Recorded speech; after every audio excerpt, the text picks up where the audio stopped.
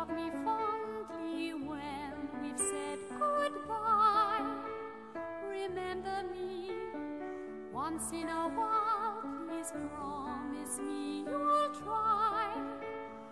When you find that once again you long to take your heart back and be free, if you ever It's find showtime! Welcome to our show that celebrates love for all things musicals. Although today is a little bit of a chill in the air because it is Phantom of the Opera. We've got a chill speaker already. Alright, before we get started, let me tell you a little bit about the show. So the Phantom of the Opera, based on the classic novel Le Fantôme de l'Opéra by Gaston Leroux. The Phantom of the Opera tells the story of a masked figure who lurks beneath the catacombs of the Paris Opera House, exercising a reign of terror over all who inhabit it. Our principal cast includes the Phantom of the Opera, Christine Daae, Raoul Vicomte de Chagny, Carletta Guidi Seely, Monsieur André, Monsieur Fenem, Madame Julie, Meg Julie, or Ballado Piani. I know. Sorry for those mispronunciations. I am very bad at pronouncing names, so sorry for that.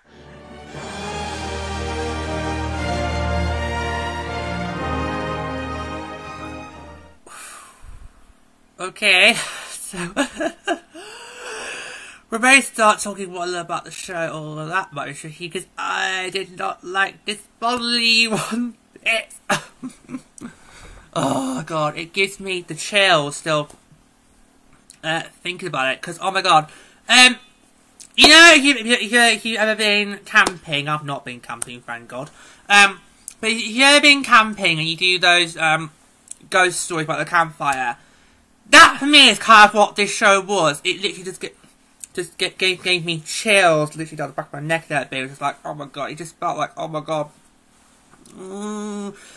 It's like watching a horror movie. I don't normally get scared like that often. I don't watch that many horror movies, but normally I can handle stuff like that. But as long as it's not loads of blood and gore, but I think that's because of the music. The music in particular really helped. Cause, oh my god, the musical numbers, they literally are absolutely chilling, and they are so haunting. In fact, if this was made into a movie, it would so be a horror movie. It really would. Because oh my god, because the music numbers, they are so loud, they are so bellowing, and they are so hauntingly mesmerising. It just brings the chills down. Yeah, the back of your neck. It's just like, oh my god, I'm just literally, it's really like, even though it's creeped out a little bit. Ooh, it's just really haunting and quite horrifying, but brilliantly well done. Oh my god, those musical numbers, they are not easy to sing. Wow, they're just not, they really go there, don't you? They really go full on high. There you go.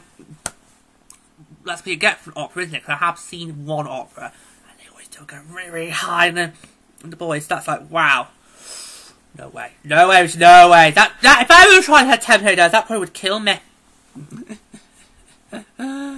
So, but yeah, but oh my god, the whole show just for me just felt really, really scary, really, really haunting, really quite chilling.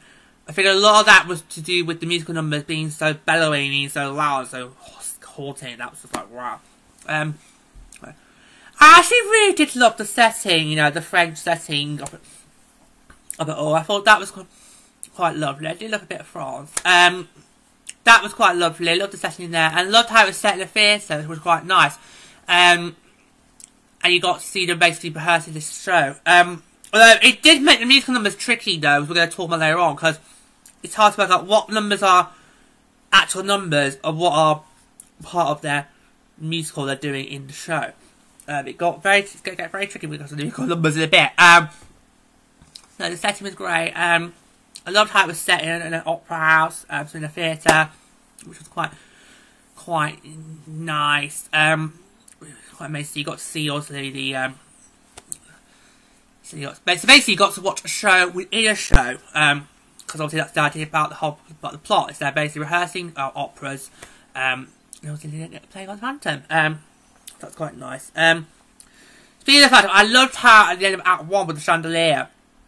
I thought, wow, that was impressive. Because I thought, what's the point of this chandelier? It's like, why are we making a big deal about the chandelier? And then, oh, okay, yeah.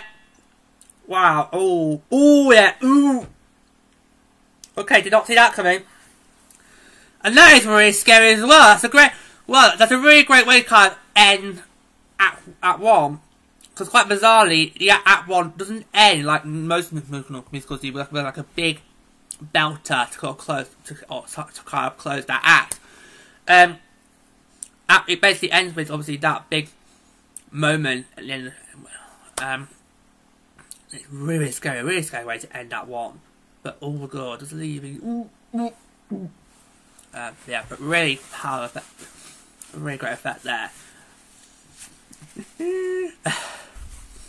But you do wonder, what is the point of this chandelier? Why are they making a big deal about it? And then come in that one. Oh yeah, totally. Yeah, I get it. Yeah, that's why. Okay. And oh my god, you got me chilled. Got me really chilled. Everyone's costumes were really amazing. It felt really grand and quite eccentric. Really reflected the times that we're in. So they were really lovely. Everything grand. So everyone was marvellous. Their costumes, they looked gorgeous. As a whole, the scenery is lovely. It's not much I can really say because not really a big fan of this show. But yeah, and a lot of the characters I felt really were like side pieces. When we get to the character section later on, it's going to be really hard to talk about because I feel there's only really like two main characters: the Phantom and Christine, and everyone else I just feel is kind of like a sideshow. It's like just don't really do much. So that's gonna be this is gonna be a very tricky show today because there's a lot. So the musical numbers are gonna make this tricky. The characters are gonna make it tricky, but hey, we love a challenge. We love a challenge. Let's go for it. But yeah, they were very interesting cast. And yeah, oh god, I think I pretty much covered it all, haven't I? Oh god. But this musical is just so scary, just literally so haunting. It's all like one of those ghost stories you'd be reading at bedtime. Which I don't recommend you do that, by the way. Don't do that. Do not do that. Okay. Have a good cup of cocoa instead. Don't scare yourself for bedtime. That's kind of, it just felt so scary. I literally was watching it, I just feel like the chills in my back of my neck just literally rolled out. It's like, oh my god, I'm freaking out. It's like, this is absolutely terrifying. But I think that's mainly because of the music, because the music was so bellowing and so haunting. Ooh, I might open a second. Because the music was so because the music was so bellowing and haunting. That for me just made the whole thing feel really, really, really scary. And I'm just like, oh my god, this is like, it just feel the chills right down the back of my neck. It's just like, it's really, really haunting. And it's just like, oh my god, what's going on? I don't like, oh god. But yeah, but there were much to find bits I did like. About the chandelier, and obviously loved the French setting and everything. That was quite great. And amazing that it was obviously set in an actual theatre. That was really great too. So yeah, so there are bits that I can take away from this musical that I did like, but it's just for me overall as a whole, it was not really this one for me. It was not really for me. I just felt it was quite haunting, really, really scary. But yeah, but I think a lot of that has to do with the music. So overall there were some bits, but overall this one just wasn't. No, it didn't really do it for me. Yeah, I think I pretty much covered it all there.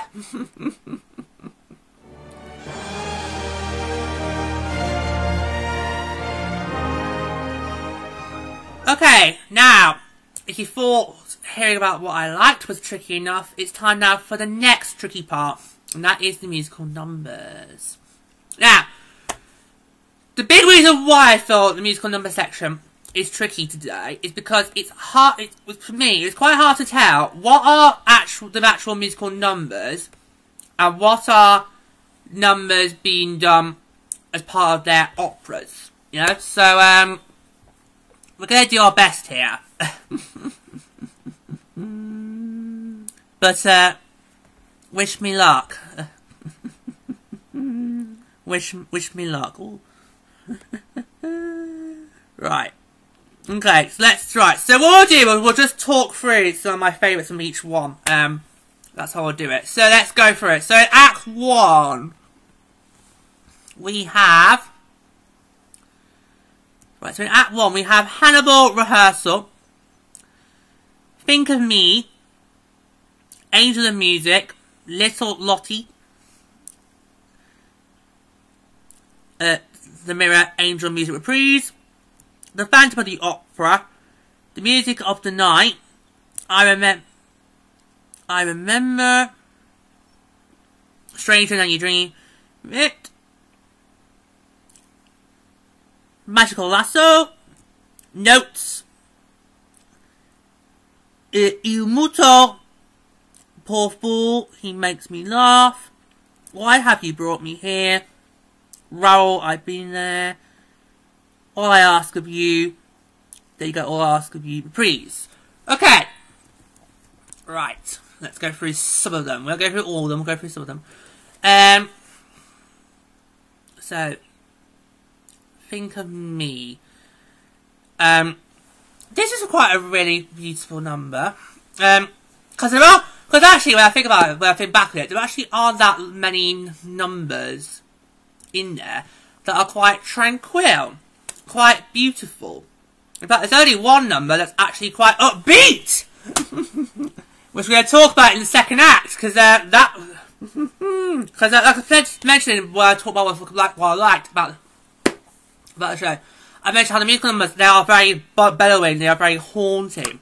So it's kind of nice that there are some in here that are actually quite tranquil and quite peaceful. And actually, they're the ones I want to focus more on. So Think of Me is quite beautiful, even though the message behind it is kind of a bit sad, because obviously it's because I think in the opera they were performing with that number in, I think this poor lass has just had to say goodbye to the person she loves, and asks to think of them every now and then. But it's quite a nice, beautiful number there, so I quite like that. Angel of Music, which of course gives our big sort of introduction to the Phantom. I really do love how at first it's kind of like with Meg and Christine, and Meg's trying to find a bit more about, you know, Christine, like, where did she learn how to do what you just did there? And it's quite nice to begin with, but then of course it takes this like weird term, and then you bring the Phantom into it, and then you go, okay, yeah, I think we can put two and two together. It's the Phantom, it's the Phantom! There you go, put two and two together, that didn't take long. Speaking of the Phantom, we've also got to put the big iconic number, of course, the Phantom of the Opera. It's such an iconic number. Oh my god, is it bellowing and so haunting. That just gives me the chills every single time I hear it. It really, really, really does. Then you've got the Music of the Night, which is a real nice number that the Phantom does. As the Phantom, every now and then, when he has these numbers, he can't actually make you feel for the Phantom. Don't look at me like that! Like that! Should know me by now. I'll stop being softy for someone who can make you try and only see their side of it. It's a real nice, gentle number from the Phantom here, because the Phantom's not really involved in that many gentle numbers. So it's kind of quite nice that we get this nice, beautiful number. Being sung by the Phantom. And it's just quite nice and peaceful, quite tranquil, quite calm. big we need after having the Phantom of the Opera number. It's quite nice. It's quite a beautiful number. It's quite nice. Nice. Now, next up, I'm going to do notes. Yeah, notes. Now, notes is interesting because at first, I kind of think this kind of feels like, to me, it kind of feels like a villain song. The two owners being villainy. But actually, then no, it actually realised, well, actually, no, it's not a villain song. It's we're the bumbling idiots who are going to defy the Phantom song. It's basically when all the rest of the casters go, right, that's it. We've had enough. We're going mutiny. Well, of course, we know that's not a good idea. It's just like, oh my god, you bumbling fools. Listen to the way they just keep, when you hear this number, they just keep saying, like, why. I'm like, oh, for goodness sake, I can't put where you deserve. I'm like, well, you deserve what's coming next. You deserve it. It's like, okay, that number just puts me off the rest of the ensemble. So, like, I'm sorry, no. If you're going to do whingy, whiny, or moo. If you're going to be like that, well, then, fair dues. You deserve what's coming. And of course, what does come is a great big chandelier crashing down. But, sorry, that number puts me off the rest of the ensemble. And they weren't doing very good before that number. And I'm going to finish off this first act with All I Ask of You. This is basically just a big soppy love number, isn't it? And at the end, I'm literally thinking, get a room! Honestly. Try to flow each other. Just get a room. Just go and get a room. It's a really soppy music number. But then what's really after that, the Phantom takes it and makes it a nice, beautiful reprise. Because by that point, you then realise, oh, okay, I can see what's happening here. The Phantom's fallen for the pretty lady. Do you like the pretty lady? Oh no, love triangle. Oh no. What's quite brilliant with some of the Phantom numbers in this first act is that it's helped me to put 2 and 2 together. And I've got 4. Ha ha! So there we go, the Phantom's got some purpose with his numbers. It's helped to, you know, make the audience realise that, oh, okay, yeah. Oh, that's going to get messy later on Act 2, isn't it? Right, so those are the numbers I wanted to put from Act 1. Let me now choose my favourites from that Act from Act 2. I know what you're thinking. Has he got favourites from this musical? Come on, I did it with Mamma Mia. Right, okay, so I'm going to say... Right, here we go. It's going to be tricky. But okay, I would like to say from this act I'm going to take as my favourites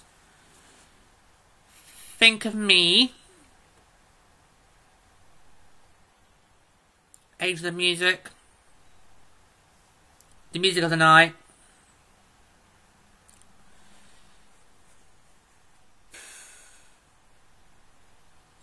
those 3. I am also tempted to say the Phantom of the Opera, just because how iconic a number it is.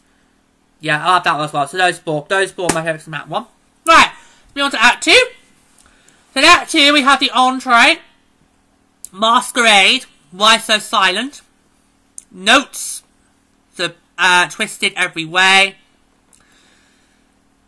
Don Juan Triumphant Rehearsal, Wishing You Were Somehow Here Again, Wandering Child, Bravo Monsieur, Don Juan Triumphant, The Point of No Return, Down Once More, and then you have the finale. Right. Let's again, like that one, go choose a couple to talk about in detail further. So let's start with Masquerade. Wow. An upbeat number in the Phantom of Opera. Who would have thought it? Who would have thought it? Beginning of Act 2, we've got, oh my god, we don't have haunting, we don't have bellowing, we don't have screeching, we've got joy, we've got rhythm, we've got upbeat. I made the wrong theatre! It's a nice surprise to actually have an upbeat number instead, and actually you have to get to have a little bit of samba, a party, fiesta to it. It does then take a twisted turn when the Phantom then reappears, which then leads into Weiser's Island. Yeah, so there you go. That's a great. That just blew me away. The fact you've got that upbeat number in the show at all, it just blows my way. But the fact you did it right in the second act, brilliant there. We've already covered notes.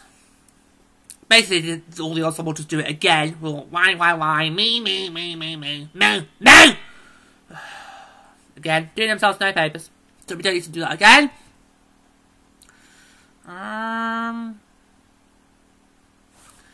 Next up, I think we'll do Wishing You Were Somehow Here Again. Oh, poor Christine. So this is after we've had the second round of notes, where literally everyone's just like, Christine! Literally just like telling us to do that we need you. It's like, oh, it literally gets too much for her. I don't blame you. I mean, that ensemble was pestering me. I would want to wear as well. But this is a really nice, beautiful number because she's thinking of her poor father who is dead.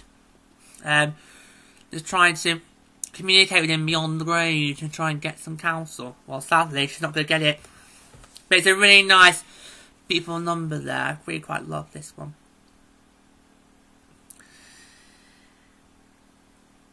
Then you got Wandering Child, Bravo Monsieur, which basically is like the Declaration of War. So it's basically like the love triangle of full display. Now, I think Rao also has the balls to even admit to the band to look, you're in love with her just as I am. Well, ooh, brave words there, brave words there.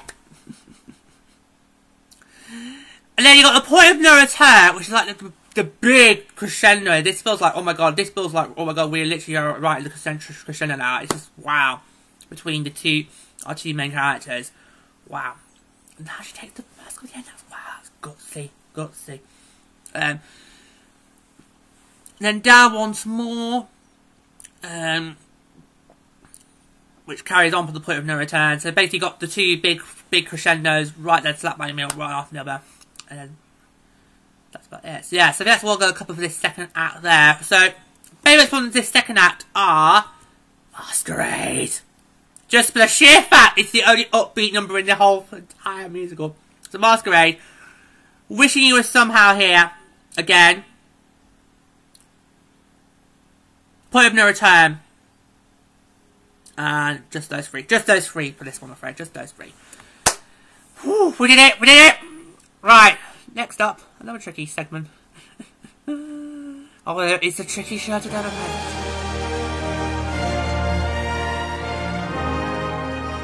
Like I said in the last segment, if you thought the previous segment was tricky, this is going to be even more trickier, because we've now come to the characters. Now,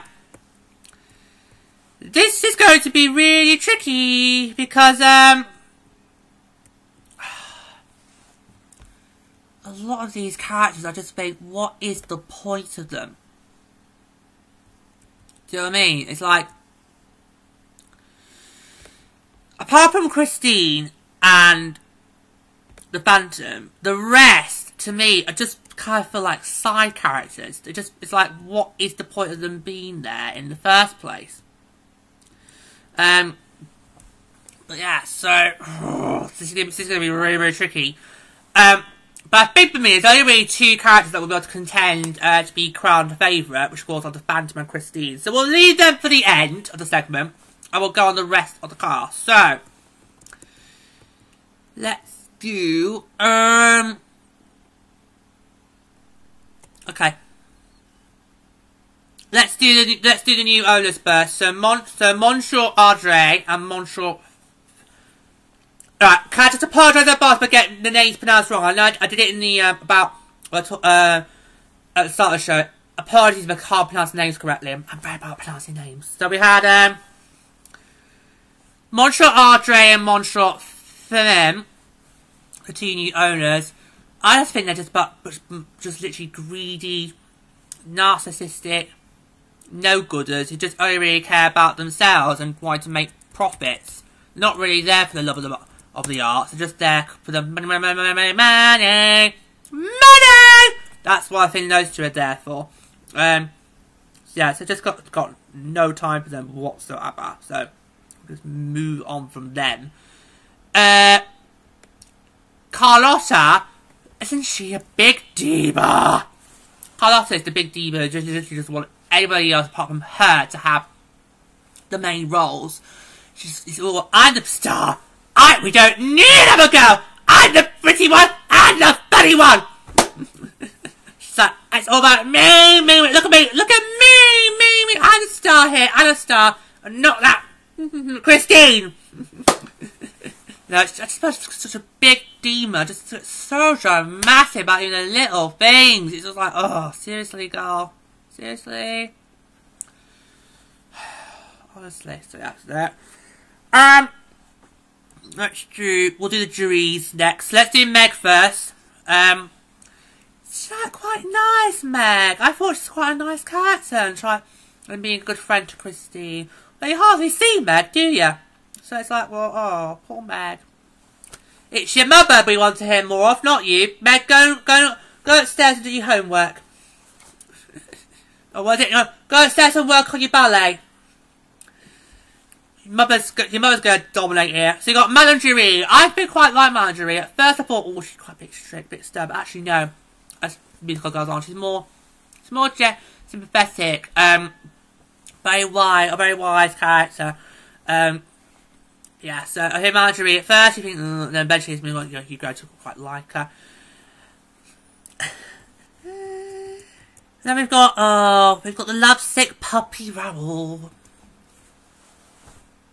That's just it. Lovesick puppy. And it's just a bit too one-sided, Raoul. Just a bit too one-sided for me. Not much scope to his character. Whereas in Melangerie they tried to develop her character, giving her that lovely backstory which I really, really loved. Even if Raoul did force it out of her. With Raoul, he's just very much just one side. I always just focus on just being with Christine. He's besotted by love, just like a lovesick puppy. It's always to keep his eyes just struck. Like to focus on the whole musical. It's just like, So, yeah, so, not much to say about Raoul there, but this is very much a lovesick puppy. His character doesn't seem to get developed really anyway. So, yeah, that's him. So then that does lead our main two, the Phantom and Christine. So, Christine. Poor Christine. Because she's very lovable, I think. Because she'll believe anything. She's like anything. It reminds me of some of those sci-fi shows where you have a character who believes that they've come to be visited by an angel. Where actually it's just that week's monster, yeah? That's kind of what it feels like with Christine. She's one of those gullible saps who will believe if something's come down and said I'm an angel, it's an angel. It takes quite a while to realise that, no, it's not what you think, love. But despite that, I think she's a very talented girl. I think she could be very strong-headed when she wants to be, like how during the second half of Note, she basically goes, no, I'm not doing it. I'm not doing what you want. Leave me alone.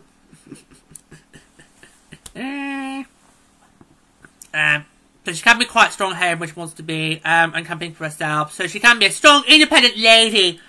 So Lady Raoul doesn't need you. And then we get to the Phantom. Oh. Wow, I just feel the Phantom. I can actually feel sympathy for him. I don't know if we're supposed to feel sympathy for the Phantom, but I actually kind of do. I do feel sympathy for him.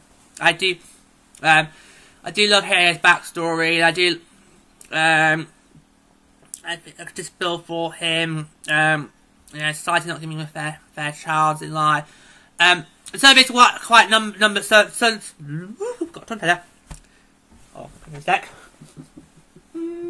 Got a tongue there.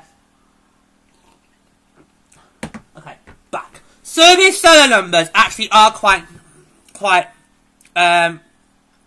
They're not quite bellowing, as some numbers are. They're quite calm, quite tranquil, and that shows you a different size of the Phantom. So there's a calm size of the Phantom, there's a gentle size of the Phantom.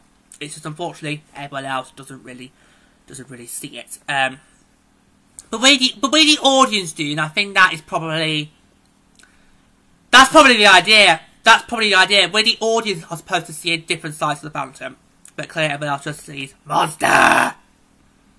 Oh no, Phantom. Okay, I'm getting the musicals mixed up there. but I don't know if it's the audience we're supposed to not feel for the Phantom. But when I watched it, I literally did generally feel for the Phantom. I generally did feel for him. So whether or not I'm supposed to, but I generally did feel for the Phantom. So yeah. Okay, so as I mentioned, it's probably just between Christine and the Phantom for the right to be crowned my favourite from the show. I mean, Madame Giry could maybe sneak in there, because I think, apart from those main two, she's the only other character who really, they tried to develop her character, but the rest are all just kind of like side pieces. So I suppose we could argue Madame Giry as well could also creep in to contention, but I think really it's just between Christine and the Phantom.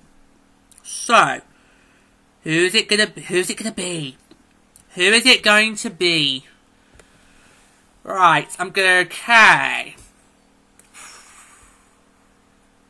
Well, I feel like this could be a toss of a coin, and either way, I kind of feel like it's another one of those parallel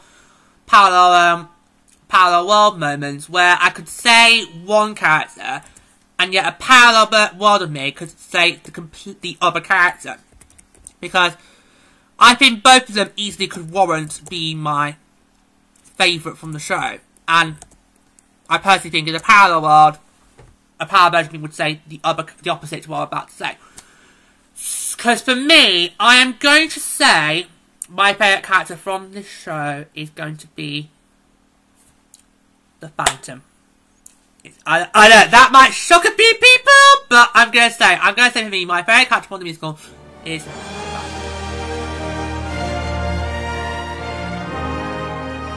And that's all we have time for. Thank you so much for joining us, and until next time, that's showtime. Goodbye.